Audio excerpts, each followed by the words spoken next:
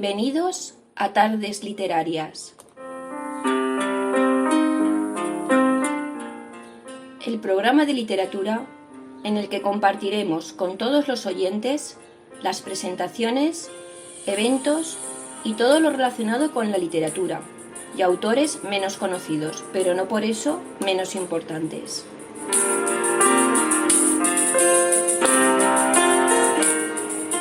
Presentado por Lute Pérez.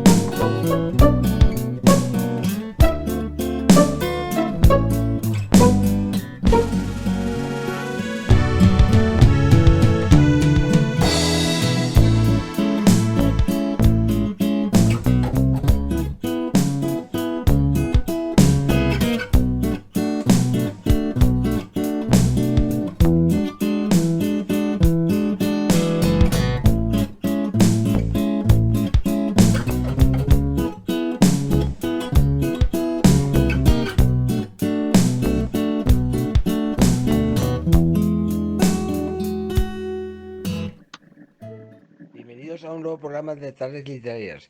Hoy vamos a hablar de un tema un poquito escabroso. Es el hundimiento del barrio del Carmel. Un hundimiento se produjo en el 2005 a causa de las obras del metro. Pero este suceso ha sido causante de que nuestros entrevistados y nuestra compañía se encuentren después de tantos años. Han pasado 15 años de lo que fue considerada una de las mayores crisis de la zona en mucho tiempo. Este lunes se cumplen 3 lustros del hundimiento de las obras de metro del Carmel. Un suceso que puso en alerta a las administraciones y que, aunque acabó sin un solo muerto, tuvo una afectación rotunda en la vida de los ciudadanos. Más de 1.200 personas se vieron de repente viviendo en hoteles en un ambiente marcado por el miedo a que fueran cayendo sus casas. Vamos con otro asunto. En Barcelona han tenido que desalojar a los vecinos de 50 edificios por un desprendimiento provocado por las obras de la línea 5 del metro. Unas 100.000 familias del barrio del Carmel han tenido que salir de sus casas a las 9 de la mañana después de hundirse los bajos de un edificio que ya había sido desalojado ayer. Los vecinos de los 50 edificios han sido realojados en hoteles y en casas de familiares y no podrán volver a sus domicilios hasta dentro de unos días. En este barrio vivían tanto nuestra compañera Marisol como los dos entrevistados de hoy, Miguel Ángel Rubio y Montse Felipe Jornal, a los cuales no solo les une la desgracia de ese desprendimiento, sino que también les une la gracia de las letras. Estás escuchando Radio Sapiens.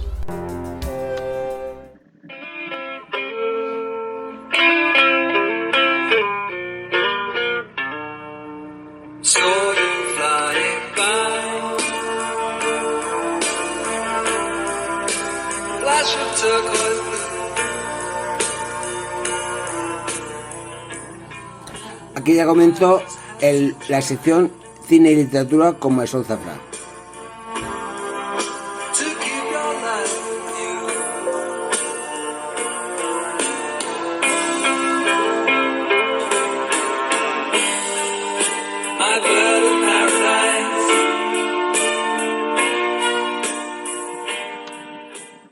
Bienvenidos una tarde más, queridos oyentes, a Cine y Literatura con una servidora, Marisol Zafra. Debo decirles que cada semana me ilusiona más este programa. El saber que hay alguien detrás que pueda estar escuchándome es una sensación muy bonita. No sé explicarla porque no hay palabras, pero sé que están ahí, o eso es lo que yo quiero creer. En una noche fría de un 25 de enero del 2005, sucede algo en el barrio del Carmelo. Este es un barrio humilde, sencillo, que está en una colina, en una montaña, donde las calles están muy empinadas. Es muy difícil subir, las personas mayores sobre todo, caminando. O sea, es que te quedas totalmente mirando hacia la espalda para atrás. Es algo increíble. Bueno, llega la noticia con mucha buena acogida para los vecinos, para todos en general, para mí también, pues que van a hacer una prolongación perdón, y que vamos a tener una boca de metro allí en el Carmel. Bueno, aquella noche unas 20 familias son desalojadas de su edificio porque hay un movimiento de tierra debajo en el subsuelo y bueno, han de salir con lo puesto. Creen que va a ser por unas horas y por prevención. Al día siguiente volverían a casa y pues nada, todo normal. Al día siguiente, ningún vecino, pues excepto los de alrededor de este bloque, pues en el barrio no se comenta nada. Los niños siguen yendo al colegio enfrente de este movimiento de que hay un colegio, es la iglesia de Santa Teresa de Jesús, y allí hay un colegio de niños de primaria. Esto, durante todo el día todos hacemos vida normal. Nadie nos dice nada de este movimiento ni de nada. Las explosiones siguen escuchándose debajo porque nos dicen que bueno, es propio de hacer un túnel, ¿no? Un túnel que por unas casualidades o por unas bueno, pues alguien que no se puso de acuerdo, deberían ir por otro lado y pues decidieron que fuese por el barrio nuestro.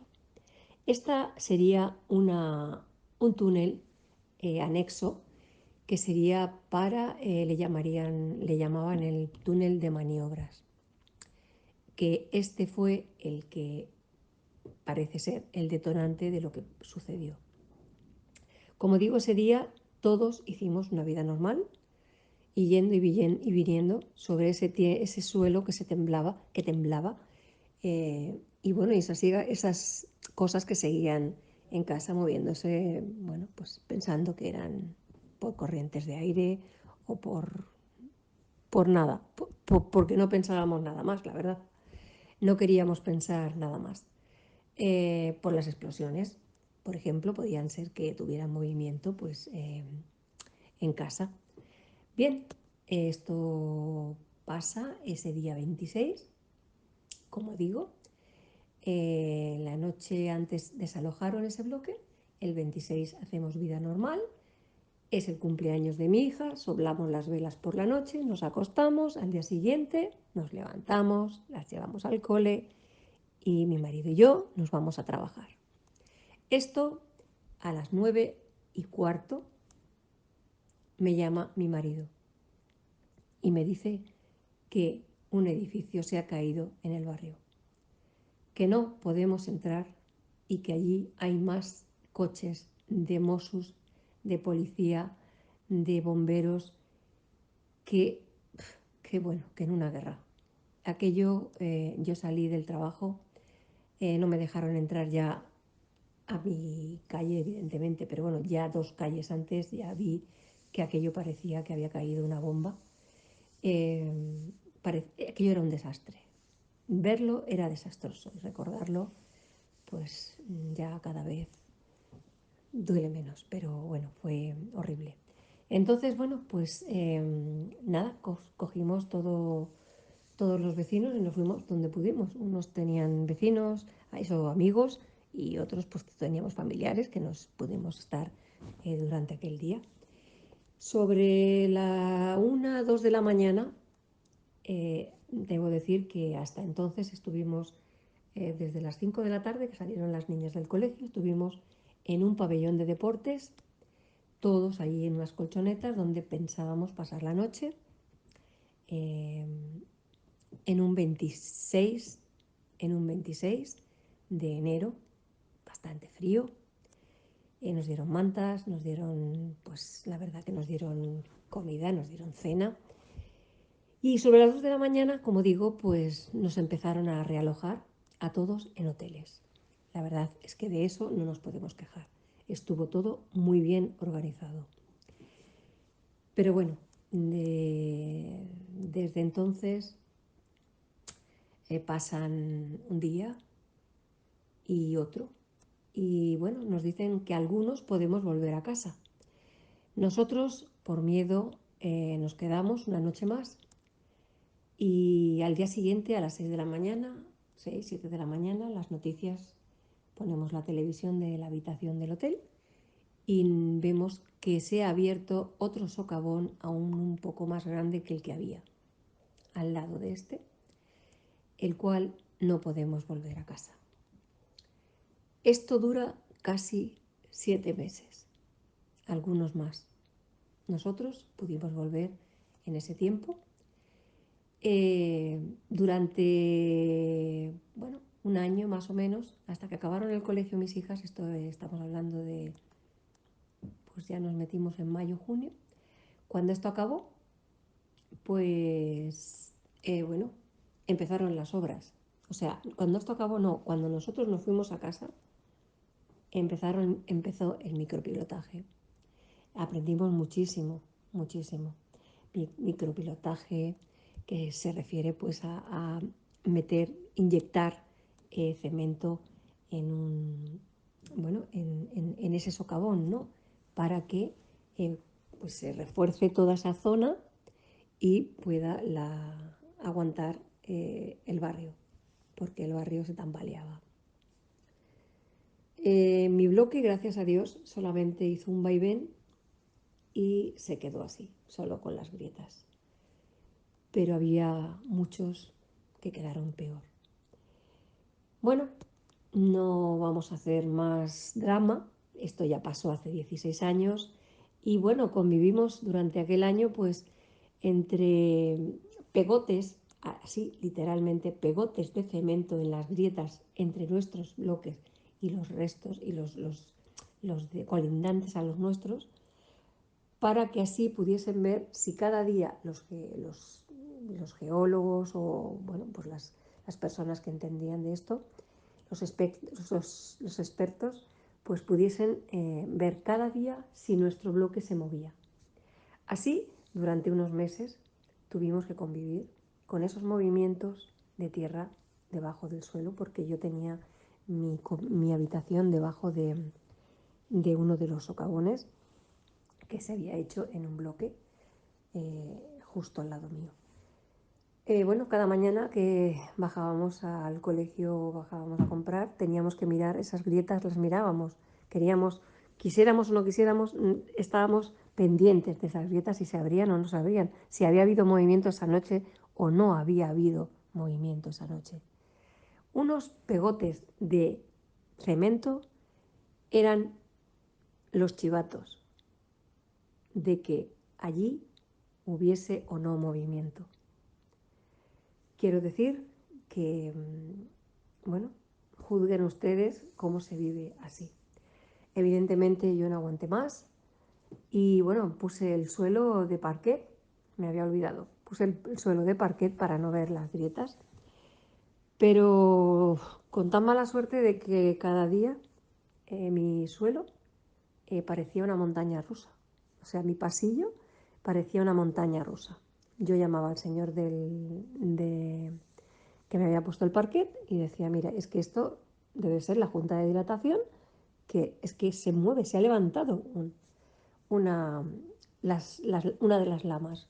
Empezamos con una, luego seguimos, cada 2 o 3 días se levantaban 2 o 3.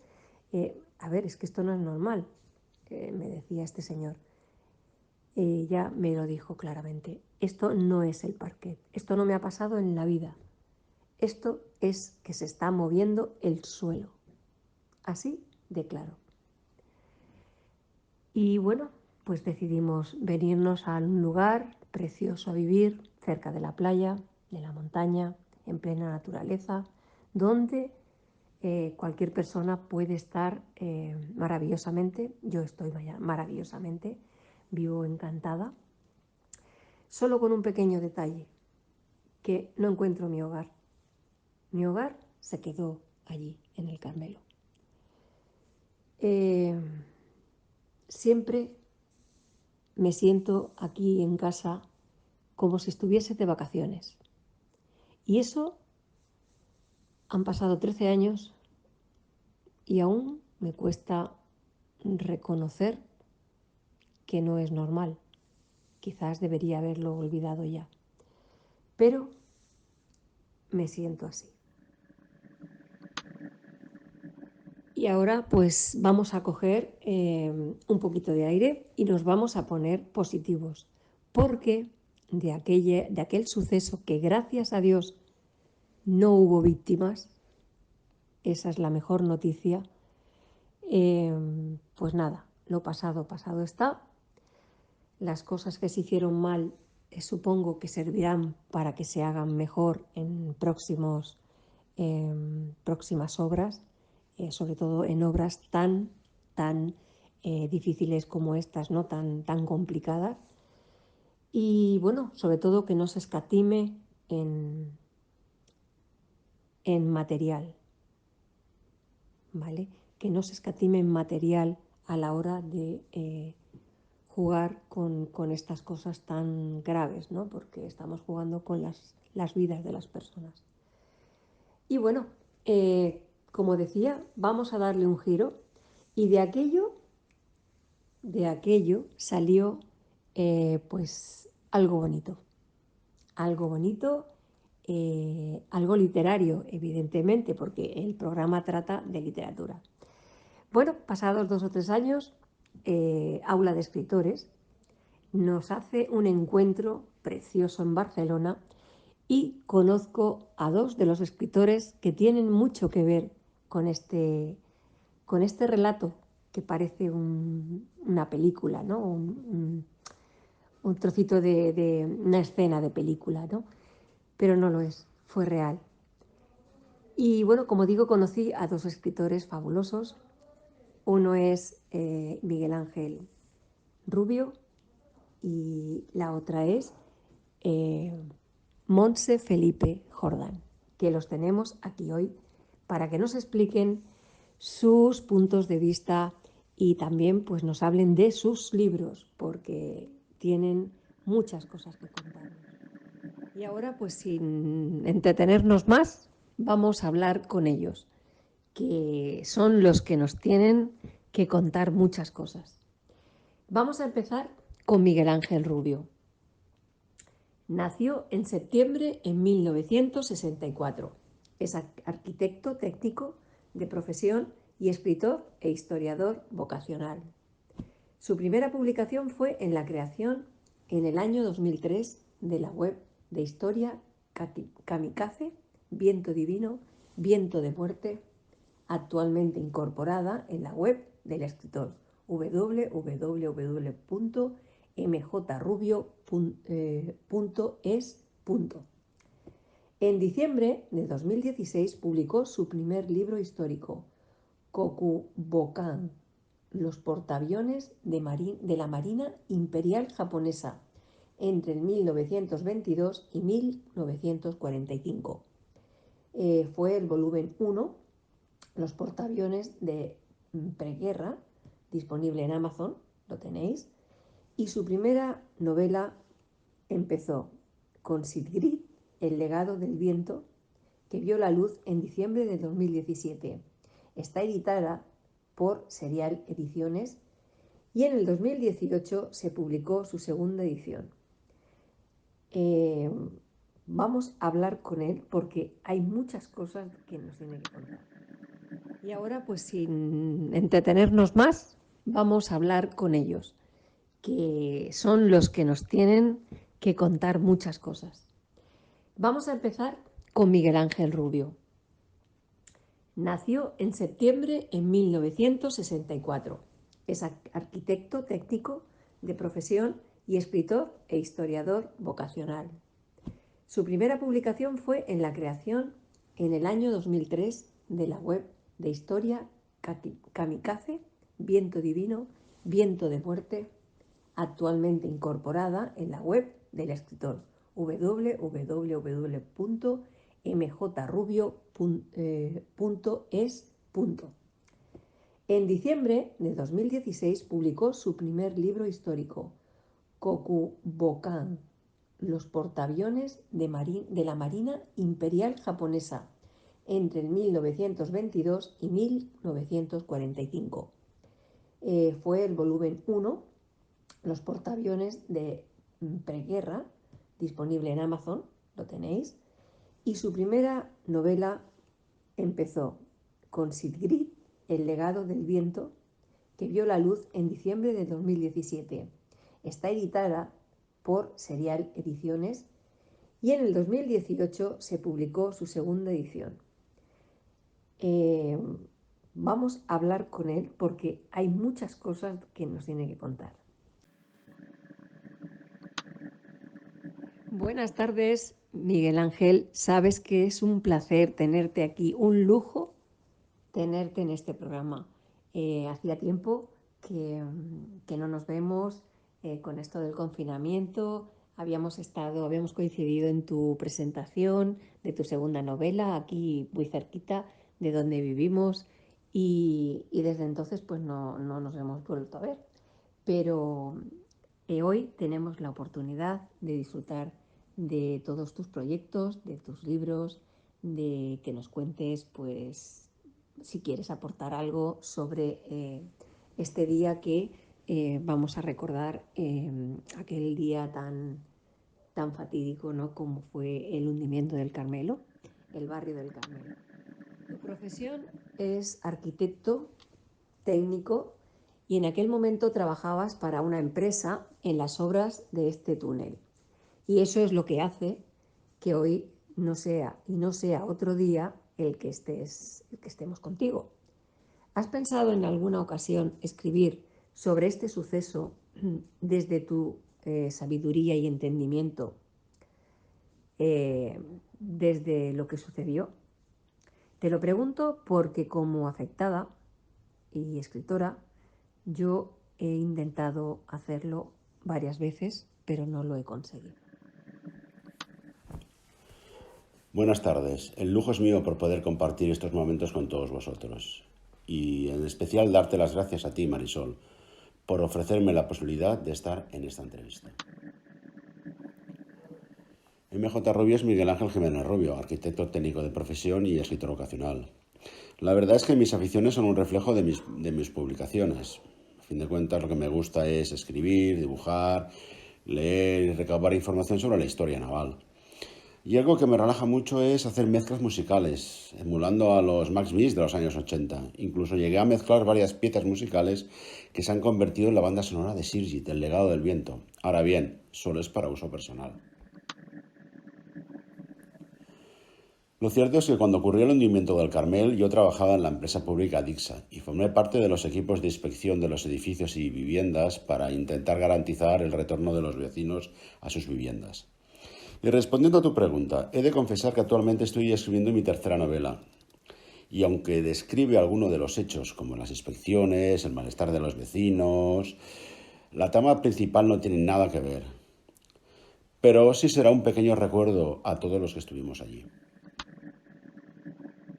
Nos conocimos en Aula de Escritores, un congreso que realizó, pues creo que fue el segundo o el tercero, y bueno, nos conocimos allí. Había una mesa, quedamos en la librería del aula y desde allí pues nos llevarían después a cada uno a la mesa, a las mesas donde nos tocaran hablar.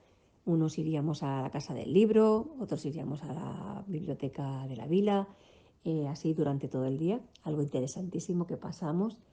Y bueno, allí fue donde nos conocimos. No me quiero ir de donde estaba. Entonces aquella mesa estaba repleta de libros, de tapas, de portadas súper sugerentes, y me llamó la atención un manuscrito de Miguel Ángel Rubio. Detrás me habló alguien y me giré.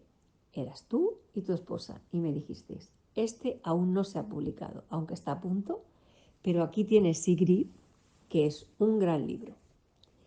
Cogí el manuscrito y lo dejé en la mesa y cogí este que me sugeristeis. Lo abrí y me llevo a las últimas páginas. Debo decir que en las últimas páginas fueron las que me dejaron en shock. Allí había unos planos tan perfectamente hechos, ¿no? Tan perfectamente lineados, estructurados, como se les llame, porque yo no entiendo de planos, pero sí que es verdad que me llevaron a 10 años atrás, cuando en el hotel nos reunían día sí y día no, en una sala de reuniones para explicarnos cómo estaban los edificios o el subsuelo de nuestros edificios, y por ese motivo no podíamos volver. Eso me llamó muchísimo la curiosidad y dije: madre mía, qué casualidad, ¿no? Que este momento me lleve hasta allí. Quiero preguntarte si crees en las casualidades, en el destino o en como queramos llamarlo. Esa sería mi pregunta. La verdad es que creo en ellas, con el nombre que queramos darle. Pienso que son hechos afortunados que nos llevan a un nuevo camino, algunas situaciones. Algunos pueden decirnos que ya están preestablecidas por algún plan divino, quién sabe. Lo cierto es que todo ocurre, para lo bueno o para lo malo, por algún motivo, por alguna causa. Y en el primer congreso de escritores, esa casualidad nos reunió para poder avanzar como escritores y disfrutar de momentos como estos. Creo que exista o no el destino, yo estoy contenta de que de algo desastroso haya surgido el encuentro y amistad entre escritores. Y ahora me gustaría que nos hablases de Sigrid, una novela que, a pesar de no ser un género que me atrae, debo decir, voy a ver si lo puedo decir sin hacer spoiler, debo decir que me atrapó una parte muy tierna que tiene, porque a pesar de ser de naves y ciencia ficción a 100%, tiene una parte muy tierna. Y esa fue la que a mí me llegó. ¿Por qué eliges este título, Sigrid y el legado del viento? La novela se registró con el título de El legado del viento, y podríamos decir que se autobautizó ella misma en sus primeras estrofas. El viento es una manifestación natural de la energía, y pienso que en ella se encuentra el legado de otras energías que han pasado por la vida. El título puede inducir a prever o entrever el mensaje de la historia. Incluir Sigrid fue una propuesta de mi editora, María Tortosa, tomando el nombre de uno de los poetas que dan sentido a la novela. Decidimos ponerlo al final porque parecía que simplemente El legado del viento podía dar confusión, o ya había novelas que eran muy similares en cuanto al título. Nos conocimos en Aula de Escritores, un congreso que realizó, pues creo que fue el segundo o el tercero, y bueno, nos conocimos allí. Había una mesa, quedamos en la librería del aula, y desde allí pues nos llevarían después a cada uno a la mesa, a las mesas donde nos tocaran hablar. Unos iríamos a la Casa del Libro, otros iríamos a la Biblioteca de la Vila, así durante todo el día, algo interesantísimo que pasamos. Y bueno, allí fue donde nos conocimos. No me quiero ir de donde estaba. Entonces aquella mesa estaba repleta de libros, de tapas, de portadas súper sugerentes, y me llamó la atención un manuscrito de Miguel Ángel Rubio. Detrás me habló alguien y me giré. Eras tú y tu esposa y me dijisteis: este aún no se ha publicado, aunque está a punto, pero aquí tienes Sigrid, que es un gran libro. Cogí el manuscrito y lo dejé en la mesa y cogí este que me sugeristeis. Lo abrí y me llevo a las últimas páginas. Debo decir que en las últimas páginas fueron las que me dejaron en shock. Allí había unos planos tan perfectamente hechos, ¿no? Tan perfectamente lineados, estructurados, como se les llame, porque yo no entiendo de planos, pero sí que es verdad que me llevaron a 10 años atrás, cuando en el hotel nos reunían día sí y día no, en una sala de reuniones para explicarnos cómo estaban los edificios o el subsuelo de nuestros edificios, y por ese motivo no podíamos volver. Eso me llamó muchísimo la curiosidad y dije: madre mía, qué casualidad, ¿no? Que este momento me lleve hasta allí. Quiero preguntarte si crees en las casualidades, en el destino o en como queramos llamarlo. Esa sería mi pregunta. La verdad es que creo en ellas, con el nombre que queramos darle. Pienso que son hechos afortunados que nos llevan a un nuevo camino, algunas situaciones. Algunos pueden decirnos que ya están preestablecidas por algún plan divino, quién sabe. Lo cierto es que todo ocurre, para lo bueno o para lo malo, por algún motivo, por alguna causa. Y en el primer Congreso de Escritores, esa casualidad nos reunió para poder avanzar como escritores y disfrutar de momentos como estos. Y Marisol, tomándote la palabra, permíteme que haga un pequeño esbozo de la historia de Sigrid, el legado del viento.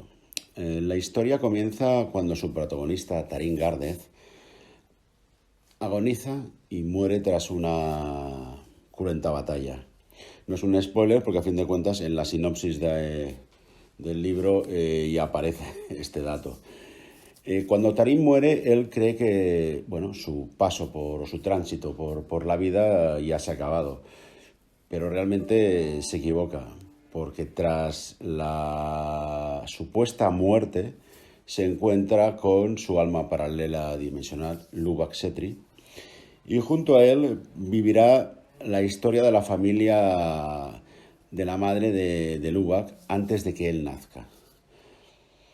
A partir de ahí podéis encontrar cientos paralelismos con películas de aventuras de ciencia ficción o quizás con algunos aspectos más místicos, podríamos decirlo.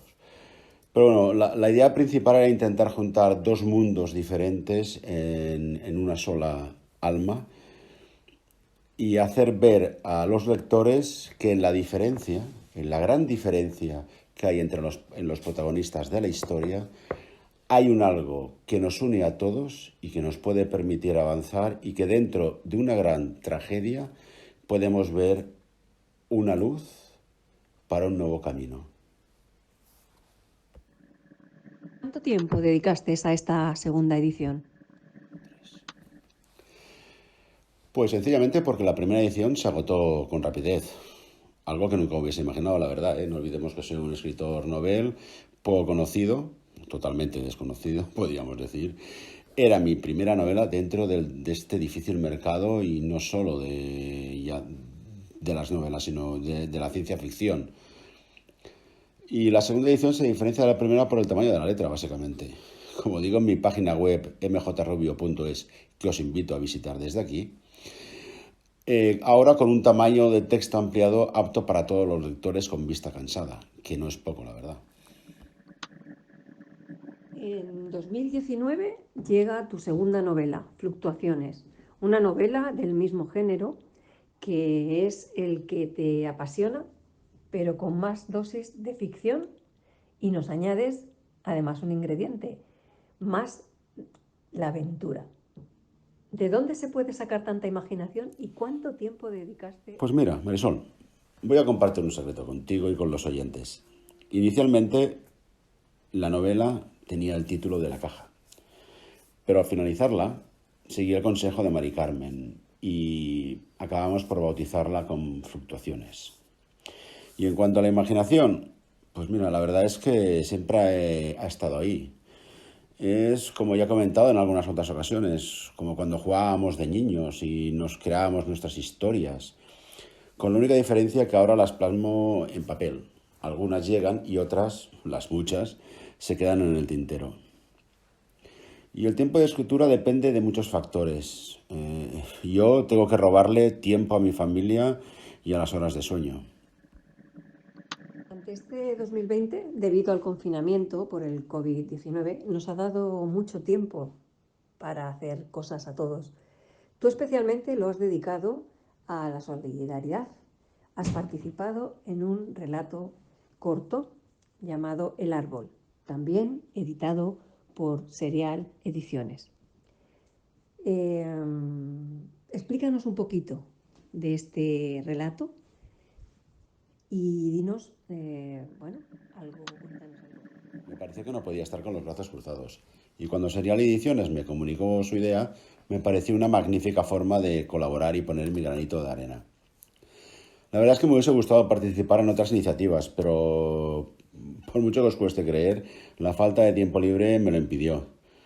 Aunque teletrabajando y confinado en casa, durante esta época trabajé más que nunca. Y oye, os invito a leer El Árbol, no os va a dejar indiferentes y el dinero es para una buena causa. Y ahora, para finalizar, me gustaría que hablases un poco de Kokubokan, Refuerzos de Guerra, que también llegan los dos volúmenes en el año 2019 y que he querido dejar para el final para que puedas explicarnos tu pasión por la historia naval. ¿Y cómo se me ocurrió escribir Kokubokan? Pues mira, al no encontrarlo en castellano decidí escribirlo yo. En un principio solo era para mí, pero poco a poco fue tomando forma con sus dibujos, sus textos, sus mapas, y en un momento dado pues vi que tenía una cierta calidad y pensé en compartirlo. Mira, he de reconocer que fue un reto y un esfuerzo titánico. Cada volumen me ha llevado más de 3 años. Como algún lector me ha comentado, tiene un aspecto un tanto vintage, podríamos decir. Pero estoy muy contento con el resultado final y por la buena acogida tanto en Amazon como en la Hemeroteca de Barcelona, donde también podéis encontrarlo. Esta historia tiene como protagonista una fotografía de mujer a la cual tiene mucho parecido conmigo. Después de habernos visto y conocido en Aula de Escritores, a los pocos días me pasas una fotografía y me preguntas si esa soy yo. Esa mujer está en una esquina llorando, con parte de su cara, de su rostro tapado con la mano, con una mirada de desolación al ver su casa destrozada, y el diario La Vanguardia la captó. Esta dio la vuelta durante todo el día. Por las manos pasaron por muchas personas ese diario, seguramente también por las tuyas. Y bueno, me preguntaste si era yo, te dije que no, que era una amiga mía. Eso es lo que te contesté. Y es cierto, era una amiga mía, muy amiga mía, es decir, solamente Tengo una amiga y es ella. Ella miraba cómo estaba su edificio totalmente agrietado. Estaba destrozada. Pero aunque no era yo, aquel día ella representaba a todos los que lloraban, ese día.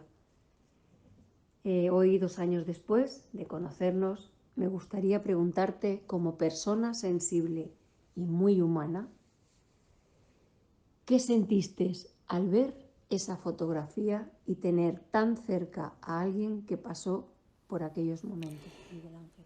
Pues Marisol, la verdad es que sentí una extraña decepción y más que nada al darme cuenta de lo rápido que la gente olvida los sucesos, los trágicos, mira, incluso los buenos. Y tristeza, sí, tristeza al recordar los malos momentos que vivisteis, al intentar empatizar y ponerme en vuestra piel como había hecho ya por entonces. Oye, fue un viaje retrospectivo momentáneo, pero que durante un cierto momento me dio tristeza al recordar aquellos momentos. También nos gustaría saber si estás trabajando en algún nuevo proyecto y si es así, ¿cuándo podremos disfrutar de él? Pues mira, como alma inquieta y dispersa que soy, ando metido en varios proyectos, pero el que antes hemos comentado sobre el Carmel es el que más avanzado tengo y espero tenerlo finalizado este año. Pero como ya he comentado, no esperéis una historia técnica, sobre el hundimiento del túnel o una historia social del barrio. Es un transformo que utilizo para explicar con una cierta analogía otra historia. Bueno, creo que será una especie de pequeño homenaje a todos los que estuvimos allá y espero poder mostrarlo públicamente en un futuro no muy lejano. Y bueno, ahora para acabar, dar nuevamente las gracias por invitarme a este programa y le paso el testigo a Monse, a la que le deseo, como a ti Marisol, lo mejor en esta dura singladura como escritores. Gracias y hasta la próxima. Y ahora vamos a continuar con nuestra siguiente invitada, que también tiene relación con este programa, con este especial programa en el que hoy dedicamos al Carmelo. Montse Felipe Jordán también es una de las escritoras que pude conocer hace también 2 o 3 años en el mismo congreso que conocí a Miguel Ángel, y por ello también la he querido invitar para que comparta con nosotros y con ustedes esta experiencia. Montse era muy jovencita, pero también lo vivió desde otra perspectiva quizás, pero sintió como nuestro barrio se hundía poco a poco. Ahora vamos a conocer a esta joven escritora que tiene 31 años y sigue viviendo en el Carmelo, en Barcelona. Es una mujer alegre y positiva, que a pesar de las circunstancias, saca su mejor sonrisa. Su primera obra poética, Un tango sobre un alfiler, como digo, es premiada como la mejor portada también en el Congreso de Escritores en 2019. Después se presenta en el premio literario Golden Aster Book en la categoría de ensayo publicado en Civitavecchia en Roma, como he dicho antes, con esta obra, Tango sobre un alfiler. Y con ella se trae el segundo premio, con el que todos disfrutamos viviendo aquella emoción cuando la escuchábamos recoger ese premio. El primero fue también, recordaremos, una compañera nuestra, Claudia Girón, si no recuerdo mal el apellido, se llevó el primer premio y juntas vinieron las dos con el premio debajo del brazo. Muy orgullosos estábamos de ellas y bueno, pues ahora vamos a darle paso porque estará ahí la pobre esperando a que yo deje de hablar. Montse, bienvenida y gracias por haber sacado tiempo, que sabemos que tienes muy poquito tiempo. La farmacia te tiene consumida en estos días aún más, ¿no? Haces más horas que doblas más turnos, en fin, te lo agradecemos muchísimo que estés hoy con nosotros y con nuestros oyentes. Después de este resumen así por encima que he hecho, estamos deseando de escucharte. Y vamos a hacerte la primera pregunta. ¿Quién es Montse y cuáles son sus aficiones cuando no trabaja o escribe? Hola Marisol. Bueno, lo primero que te quiero agradecer es que me hayas invitado a tu sección literaria. Te quiero desear un montón de suerte. Es un placer compartir letras contigo. Hace poquito que nos conocemos, pero estoy muy contenta de que hayas querido contar conmigo. Y bueno, respecto a tu pregunta, ¿quién es Montse? Pues mira, Montse es una chica que además de trabajar y escribir, que son cosas en las que la verdad empleo bastante tiempo, también me gusta mucho hacer fotos, me gusta estar con mi familia, me gusta viajar, aunque bueno, ahora la situación actual que tenemos no facilite mucho esto, pero bueno, es un poco amoldarse a lo que tenemos. Montse, ¿cuándo te sale la vena de escritora y por qué te llama el género poético? Bueno, pues yo con el género poético lo que tengo es un poco una disputa, porque creo que el género poético es un género porque evidentemente hay que ponerle letras, pero creo que la poesía no es literatura, si tuviera que decirte. Para mí la poesía es otra forma de ver las cosas, es de percibir, es una forma de sentir, de ver. Yo creo que eso es algo que se nos viene integrado a veces desde que nacemos, y la poesía lo que hace, o el género poético lo que hace, es ponerle letras y darle estructura a lo que viene siendo un poema.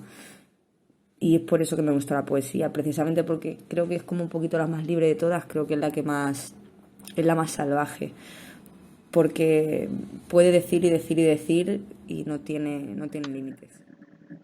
Un tango sobre un alfiler es un libro pequeño, pero muy intenso. Está lleno de mensajes cotidianos y reflexiones a las que todos en algún momento hemos estado expuestos. Pero quiero que seas tú, la autora, quien nos hable de este maravilloso poema. Pues Un tango sobre un alfiler es un libro muy chiquitito, al que yo creo que todos nos podemos sentir muy identificados porque son pensamientos del día a día, de cosas que nos pasan, son experiencias propias y son experiencias comunes. Y bueno, yo es que me desperté una mañana y dije, bueno, pues tengo que decir unas cuantas cosas y las voy a decir y las voy a publicar. Y al final quise ponerle el título de Un tango sobre un alfiler porque era un blog que tenía yo cuando tenía entre 18 y 19 años y fue mi primer blog. Y era rendir un poco homenaje a cuando empecé a escribir y a darle una oportunidad a la escritura. Hay muchos que me han llamado la atención. A pesar de ser cortos, están cargados de sentimientos y emociones. Es lo que hace una combinación que te hace poner la piel de gallina. Yo, con tu permiso, voy a leer uno cortito que me ha llamado mucho la atención, porque en tan pocas palabras dices tanto. Por eso he elegido este cortito, porque yo no sé leer poemas, pero este me he atrevido porque me voy a atrever, mejor dicho, porque es cortito, como he dicho antes. Se llama El punto y coma. Dice así: el punto y coma es el más interesante de los silencios que habitan entre los espacios de las palabras. Han escuchado ustedes uno muy cortito. Pues imagínense ustedes lo que pueden encontrar ahí en este poemario. Y ahora vamos a continuar con otra pregunta, Montse. Esta pregunta me gusta preguntársela a los escritores porque, bueno, hay algunos que se encasillan en un género y les cuesta, ¿no?, de adaptarse a otro. A ti te voy a preguntar, si una editorial, una gran editorial, se interesase por ti, bueno, como escritora, y te dijese, te pongo una condición, has de cambiar de género. ¿Tú crees que para ti sería un gran problema? ¿O por el contrario, te adaptarías, bueno, sin ningún tipo de problema? Sí. Yo estoy abierta a escribir, a pesar de que la poesía es un poco más lo que soy yo y un poco más lo que vivo y lo que siento. Sí, me gustaría, claro, que una editorial tuviese interés por algo que escribo. No estoy cerrada tampoco a escribir otra cosa que sea poesía, porque bueno, ahora estoy intentando darle un poquito de forma a una novela que comencé hace un año, que no sé cuándo la terminaré, pero bueno, estoy trabajando en ella y estoy documentándome, estoy trabajando en los personajes, y eso es algo que también pues es un poco una motivación a seguir escribiendo, a seguir haciendo cosas. Y claro, por supuesto, en el mundo literario sabemos que es muy complicado hoy en día publicar y que se reconozca el trabajo que hacemos. Y bueno, abierta, por supuesto, a propuestas. Luego también, ahora estoy muy contenta porque después de un año he podido acabar de escribir el segundo poemario. Lo terminé en septiembre de 2020 y lo había comenzado a escribir en septiembre de 2019, la misma semana, la semana del 15 de septiembre. Cuando lo empecé a escribir empecé a hacer varios viajes y casi todo el poemario está escrito en trayectos de viajes, en varias ciudades, y es muy bonito porque terminé de escribirlo aquí en Barcelona. Se llama La chica del suelo gris y hace un poquito referencia pues al suelo, porque me llamó mucho la atención que iba por varias ciudades y pensaba, madre mía, pues si es que todos los suelos son de color gris, si es que, ¿por qué no me ponen un suelo verde? Pues me hizo mucha gracia y pensaba que eso podría hacer un poco referencia a los viajes que había hecho, a los poemas que había escrito. Y luego también tiene una reflexión muy chula el libro, porque además de La chica del suelo gris y de ser un poemario, también cuenta la historia que no voy a desvelar todavía, Marisol, porque esto lo tendréis que leer. Y es una historia de mi infancia, de una cosa que me pasó en un suelo una semana de julio. Y esa experiencia que me llevó cuando yo tenía esa edad a hacer un paralelismo con la edad que tengo ahora, lo que aprendí en su día y lo que me está enseñando ahora aquella experiencia que tuve, me hace ver también que los niños no paran de enseñarnos cosas y que son una fuente de inspiración constante. Y bueno, pues eso, hasta que ahora que está pendiente de fallo, no sepa nada de si resultará ganador o no. Si resulta ganador, pues contentísima de la vida, y si no, pues lo publicaré, ya veremos cómo. Pero bueno, espero que este año esté y lo podamos tener en casita. Pues lo que me llevó a escribir el punto y coma vino porque estaba haciendo un repaso a los signos ortográficos y pensaba que siempre se habla mucho de los puntos suspensivos, se habla mucho del punto y final, de la coma, de los silencios, y el punto y coma era como que quedaba un poquito olvidado. Entonces pensaba que el punto y coma también al final tenía su encanto, ¿no? Que era como darle un espacio a una oración, dejarla un poquito reposar y continuar con la misma temática. Y me parecía también muy bonito. Y ahora, pues, siendo el día en el que celebramos los 16 años de este suceso en 2005, pues había elegido un poema que tienes, que es muy bonito también, que se llama Empatía. Pero te quería pedir que lo recitaras tú, que seguramente eres la idónea para que te escuchemos, ¿no? ¿Te animas?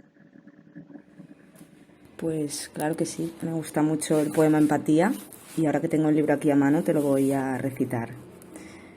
Dice así: Cuenta la Real Academia de la Lengua Española que la palabra empatía es el sentimiento de identificación con algo o con alguien. Bien, con su permiso, señora RAE, me atrevería a desglosar esa definición, a dar un golpe en la mesa y a decir que se trata de un poco más que eso. Es entrar en el otro, es buscar y barrerle lo que se le cayó, parchearle las heridas para que uno mismo aprenda a cicatrizárselas, recoger todo lo que es y hacerte partícipe de su historia, escuchar, cooperar, respetar, abrazar por dentro y comprender. Y por supuesto la capacidad de volver también a tu propia realidad, porque no somos tan diferentes y vivimos de igual manera. Sin palabras, queridos oyentes. Ella los escribe, ella los recita como los propios ángeles. Y ahora, bueno, pues como seguimos con este día en el que recordamos esta fecha, que, bueno, pues me gustaría preguntarte ¿qué recuerdas tú de aquellos días, de aquel suceso? Si recuerdas algo en especial que te llamase la atención, como algunos de nosotros, pues alguna figura que se mueve así o que se mueve o que se cae de una estantería, o un libro que se ha caído, o varias veces en la noche has oído algún ruido. Cuéntanos, ¿cómo viviste tú aquellos días? Pues lo que yo recuerdo de aquel suceso, yo tendría 16 años y estábamos en clase y apareció el director de la escuela. Es una escuela muy chiquitita que se llama Piaget, que está en la calle Llobregós, muy cerca del hundimiento. Y bueno, el director entró en clase y nos dijo: por favor, chicos, tenéis que hacer hueco como sea, porque acaban de desalojar la escuela de abajo y todos los nenes que están en clase van a tener que venir a nuestra escuela a alojarlos. Y ese es el recuerdo que tengo de entrar muchísimos niños en el colegio, el patio que era súper pequeñito, estar compartiendo patio con un montón de niños, después salir cuando salíamos a mediodía para comer, las cámaras de televisión en la calle, muchísimo revuelo, muchísimo ruido, y ese es el recuerdo que tengo. ¿Crees, Monse, que, bueno, debido al trabajo que tú tienes, puedes haber escuchado pues algún comentario, ¿no?, sobre la gente que se quedó allí y vivió aquellos días, ¿no?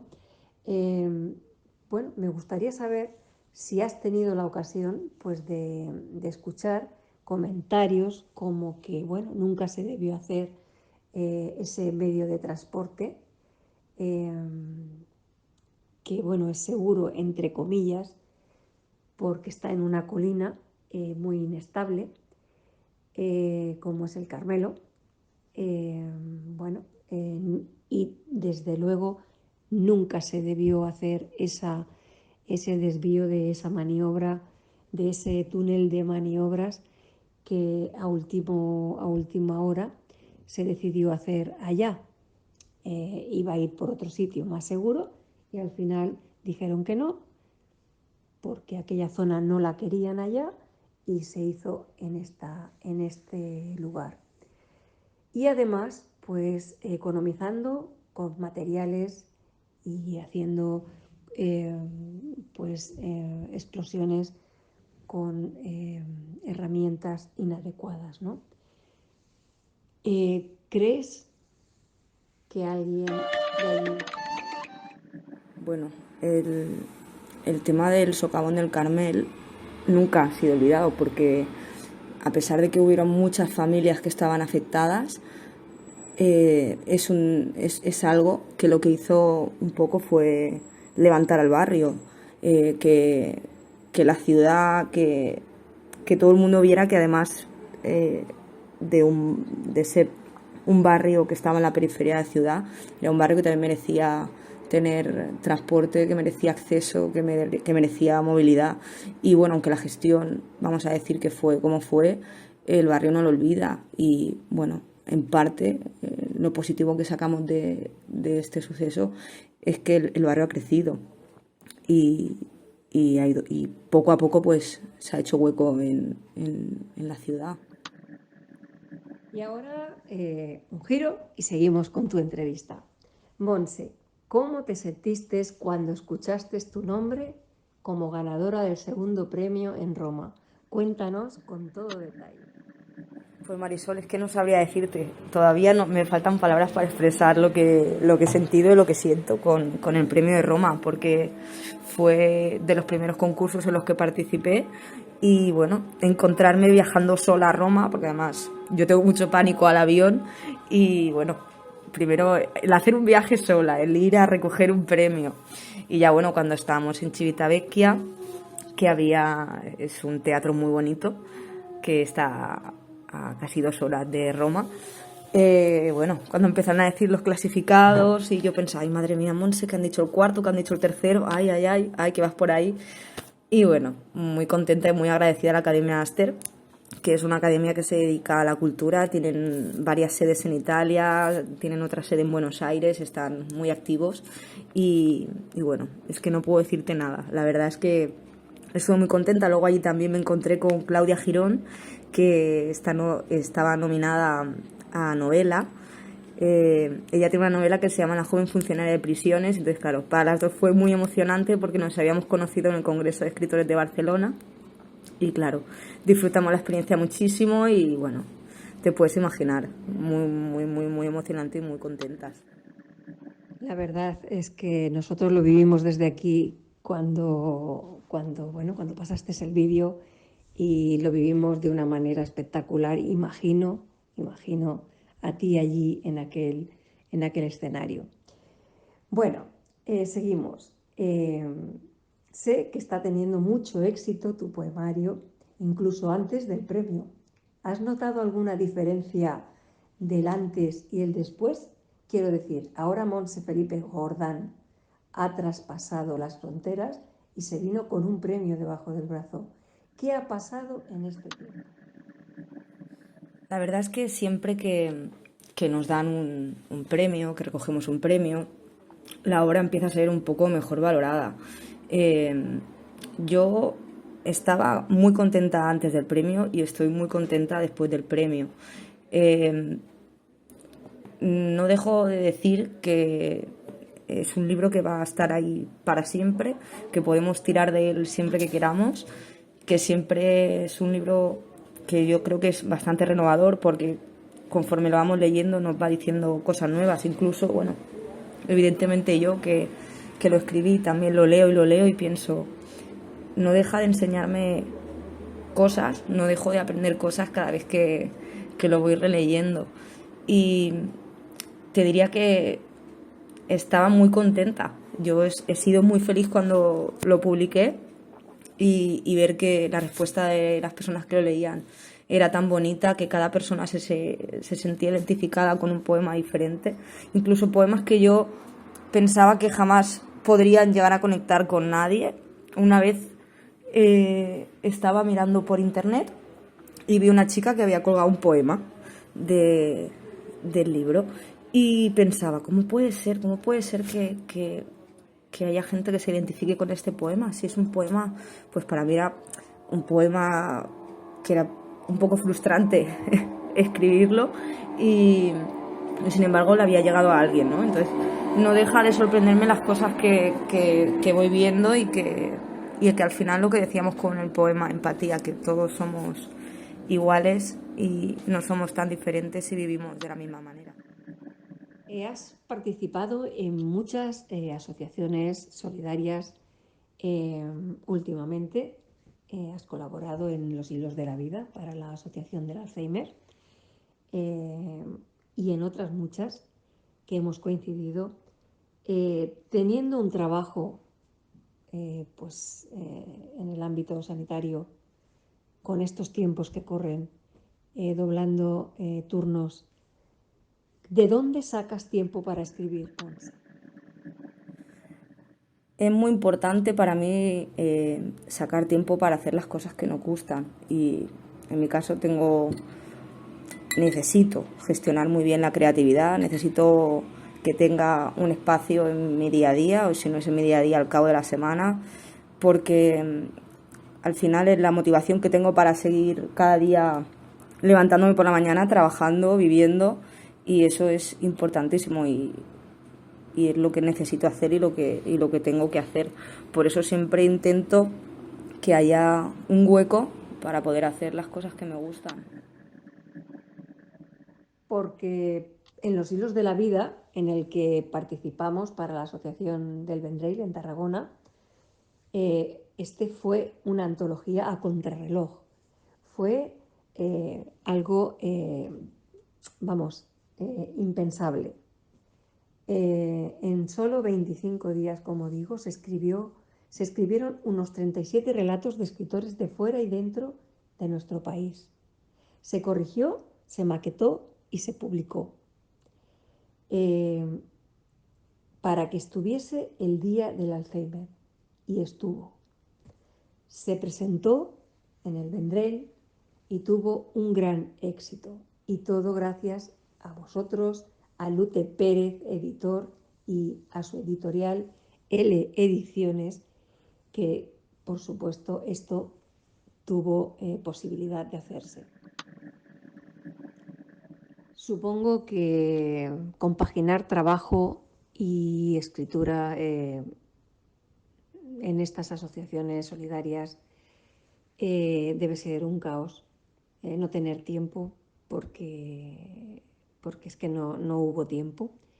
¿Tuviste miedo de no llegar, después de escribirlo, el relato, la melodía de Sofía? ¿Tuviste miedo de que no se pudiese plasmar en esa antología? Pues cuando Lute me propuso si quería participar en el proyecto solidario, le dije sí, no hay problema, me pongo en marcha y en cuanto lo tenga te lo envío. Y sí que es verdad que justo esa semana yo tenía una semana de vacaciones y me vino muy bien tener ese tiempo para poder escribir La maravilla de Sofía. La idea la tuve en ese momento. La maravilla de Sofía es un relato que habla un poco, es una conversación que tienen Alicia en el País de las Maravillas y la filosofía. Y hablan un poquito de la vida, hablan del recuerdo. Y fue muy bonito tomar ese poquito tiempo que tuvimos para hacerlo, pero fue muy chulo y estoy muy contenta de poder colaborar con Lute, de colaborar contigo y con todos los compañeros solidarios que se prestan para hacer estas cosas tan bonitas. Bueno, Montse, me gustaría que nos dijese si tienes algún otro proyecto en mente y cuándo podríamos disfrutar de él, si saldría próximamente. Y desde luego, que no se me olvide, ¿dónde podemos adquirir tu poemario? Porque seguro que hoy te van a salir lectores que les guste este género, al que le das un aire fresco y lleno de positividad, a pesar de las vicisitudes que nos encontramos en esta vida, ¿no? Porque, es algo que no se puede evitar y que tú le das esa frescura. Pues Un tango es un alfiler se puede adquirir ahora mismo en cualquier sitio. Estoy muy contenta porque puedes ir a cualquier librería, lo puedes encargar, en 3 días lo tienes en casa. Si tecleas en Google Un tango sobre un alfiler, está en Amazon, en la Casa del Libro, en FNAC, está en varias webs online. Y si no, también en las redes sociales. Quien quiera me puede contactar a mí directamente. En Instagram estoy @lalunademonse con 2 O's. Y también lo puedo enviar a casa dedicado. La verdad está muy visible y quien quiera puede tenerlo en su casa, en su estantería. Además la portada muy bonita me la hizo mi amiga Ana, que es una tatuadora de Madrid. Y pues ahí está, para quien quiera tenerlo. Muchas gracias, Marisol, muchas gracias por haberme invitado a tu sección. Te deseo mucha suerte también a ti en tu carrera literaria, que me gusta mucho lo que escribes, quiero que lo sepas. Y saludar también a Miguel Ángel y estamos aquí 3 vecinos del barrio que no vamos a olvidar nunca lo que pasó, pero tenemos que mirar siempre en positivo y ver que al final hemos sacado una buena lectura de de la situación que pasó y que al final el barrio se ha reconocido, y esperemos que tanto el barrio como nuestras obras y las cosas que escribimos también sigan reconociéndose en el futuro. Un besito súper grande y mucha suerte también para los dos. El tiempo se nos acaba. Montse y Miguel Ángel, Montse, ha sido un gran placer teneros aquí en este día en el que tenemos los tres algo en común para recordar. Mil gracias por vuestro tiempo, porque ha sido un lujo contar con personas con tanto talento como el vuestro. Os esperamos con vuestros proyectos nuevos cada vez que queráis volver, y deseando de verlos publicados para leerlos. Y mientras tanto, pues un abrazo enorme y muchos éxitos. Y hasta siempre, chicos. Espero, queridos oyentes y apasionados de la lectura, que hayan disfrutado de este programa un poco especial, que ha habido un poco de todo. Se podría decir que hemos hablado de cine, pero no. Ha sido una vez más que la realidad pues ha superado la ficción. Y es un caso real, pero bueno, contado desde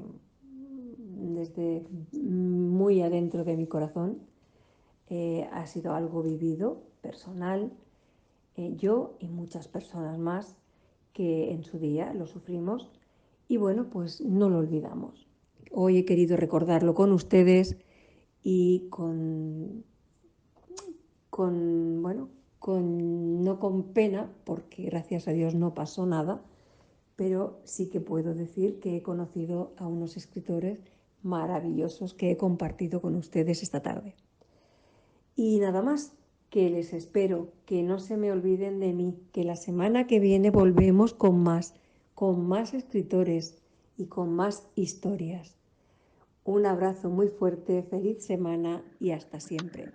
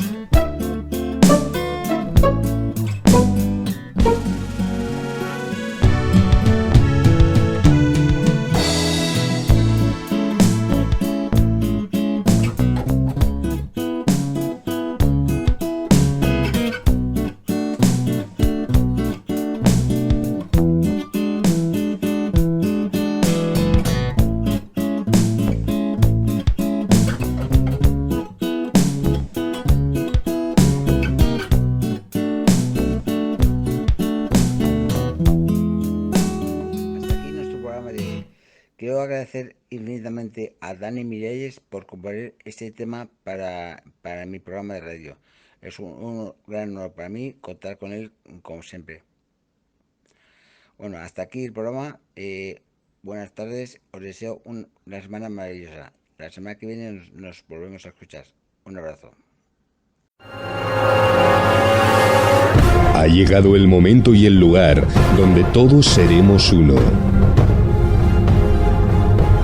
Nuestros caminos se juntarán en una explosión de ciencia y tecnología. La verdad marcará el camino hacia una experiencia sensorial sin límites. Llegó la hora de la verdad. No hay marcha atrás. Locutores, presentadores, abogados, científicos, periodistas, difusores todos de sus conocimientos. Ahora tenéis la oportunidad de formar parte de Radio Sapiens. Ha llegado el momento y el lugar donde todos seremos uno. Nuestros caminos se juntarán en una explosión de ciencia y tecnología. La verdad marcará el camino hacia una experiencia sensorial sin límites. Llegó la hora de la verdad. No hay marcha atrás. Locutores, presentadores, abogados, científicos, periodistas, difusores todos de sus conocimientos. Nuestros caminos se juntarán en una explosión de ciencia y tecnología. Ahora tenéis la oportunidad de formar parte de Radio Sapiens. Si quieres un medio donde dar a conocer tus inquietudes de una manera profesional, este es el momento. Ponte en contacto con nosotros y te daremos las bases. info@radiosapiens.es o en nuestras redes sociales, Facebook, Radio Sapiens 21 en números romanos, o Twitter, @Radio Sapiens 21, siempre en números romanos. Para más información visita nuestra web www.radiosapiens.es. No dejes pasar la ocasión de formar parte de un equipo sin parangón. Bienvenidos a Radio Sapiens.